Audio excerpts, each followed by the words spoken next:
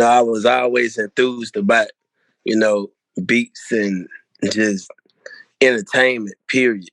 So like I said, I used to go and watch the bands, and I used to just sit there and just watch the drum line and just pay attention to everything they was doing. And like I said, I started creating my own little band in the neighborhood with the kids and stuff. We'd steal all the flower pots off the people's porches and dump their flowers out, and get buckets and old salt boxes and anything we had that we could make some noise on.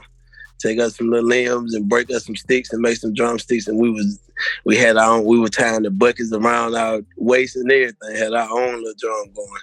And it just gave me the motivation and that feeling where I just felt like music was my lifestyle and what I needed, So after that, I had an uncle of mine who had his own band, and they would practice in my grandma's yard, and at the rec center, I'd go to the practices and I paid attention and watched till one day I picked the drums up and started playing, and man, it just never stopped from there. He was just surprised, like, man, you can really play this, and I'm like, yeah, I've been watching, and practicing on the side when they, ain't nobody paying attention.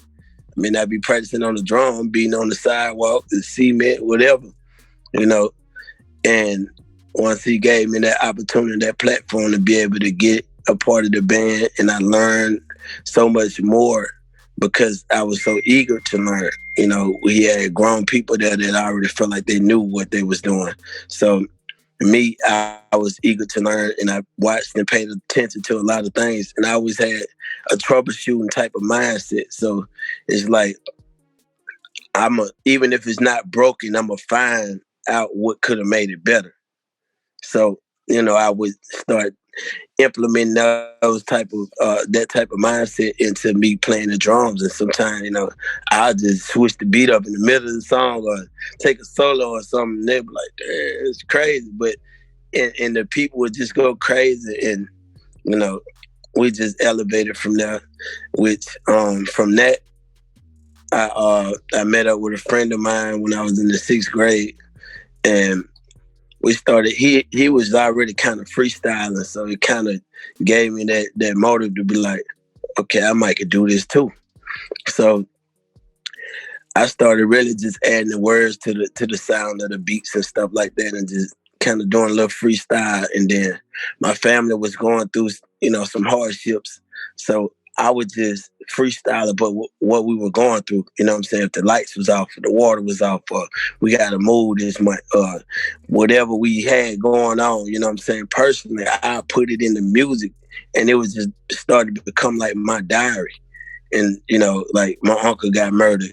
That gave me a lot of motivation to put some stuff in the music and be able to put my feelings in what I had going. And a lot of people thought I just was rapping, but I really was venting, And once I was taking it semi-serious, but I wasn't serious yet. And I got in the military. It was just something that I wanted to do. My parents didn't want me to go, but it was something that I wanted to do, which my father had already previously been in the military, but he didn't want me to go. He wanted me to just go to college. And I'm like, I'm going to do what I want to do. So I went in and had a good IT job in the military, top secret SCI clearance, but the music still was calling my name. So, I started tapping back into it a little bit stronger and started getting in real studios and recording and seeing that I can actually create real records, And in addition to that, I started getting little shows back home in different places. So I wasn't supposed to be home. I just fly back home and go and perform or go in the studio and do stuff. And I ended up getting in some trouble behind that in the military also. But that trouble elevated me even more because I went on restriction, and I started just every day I'd be doing music while I'm on restriction. And they had this big talent show, and I had never performed on the ship before. A lot of people on the ship didn't know I rapped, didn't know I had no type of passion for music. And I just said, man, if we can get in this talent show and we come up with a song while we're on restriction and just kind of because a lot of the guys that was on restriction, they had been on restriction a couple of times. They were probably getting kicked out of the military or whatever. So I was just hearing them stories like, man, the first time I went on restriction, you know, I did my thing, got off, and I tried to do better, but everybody just kept kicking me while I was down. And every time it'll be a situation where, you know, they need somebody to stay late or they need somebody to do the group. It always going to be that person that got in trouble before. And they felt like, you know, nobody was giving them a second chance, even though they saying you got another chance. It's like they going to keep beating you down until you crash out. And then when you crash out, they're ready to kick you out. So I created a song about that and ended up getting in a talent show. And the whole restriction, we won the talent show. They literally took me off restriction that day. Like, I just was like the hero of the boat. They was like, man, this is crazy. Cause like even the command master TB stood up and he was like, he'd been on restriction 7 times and he still made it to the position he made it to. But he understood where we was coming from. Like, hey, you know, they do kick you while you're down. They do, when you're trying to persevere and get over the situation, you done already served your restriction or whatever, bust down or whatever your situation was, you already been through that. You know, we're supposed to be past that, but people are going to keep holding over your head.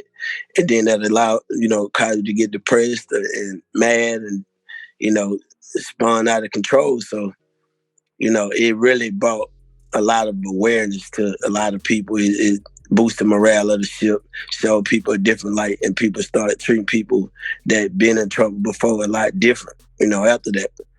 And every week they started wanting me to perform on the boat. Like, man, I don't care what anything we had going on that we couldn't just go to the upper tank and command about it. Be like, Park, man, make up a song about this, man.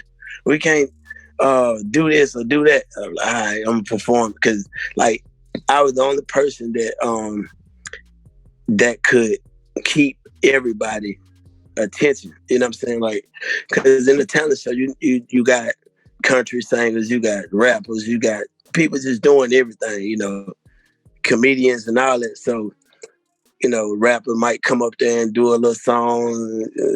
Some of the white people might leave and be like, I don't want to hear that. You know, somebody might get up there and do a rock and roll song, and the black people be like, I don't want to hear that. You know, they might leave or whatever.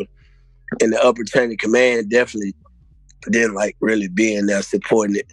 But every time they would know that I was going to be on it, like everybody on the boat would be there, like waiting, like, and they always make me go last because everybody sit there and wait until they want to know what I'm finna say or what I'm finna rap about today.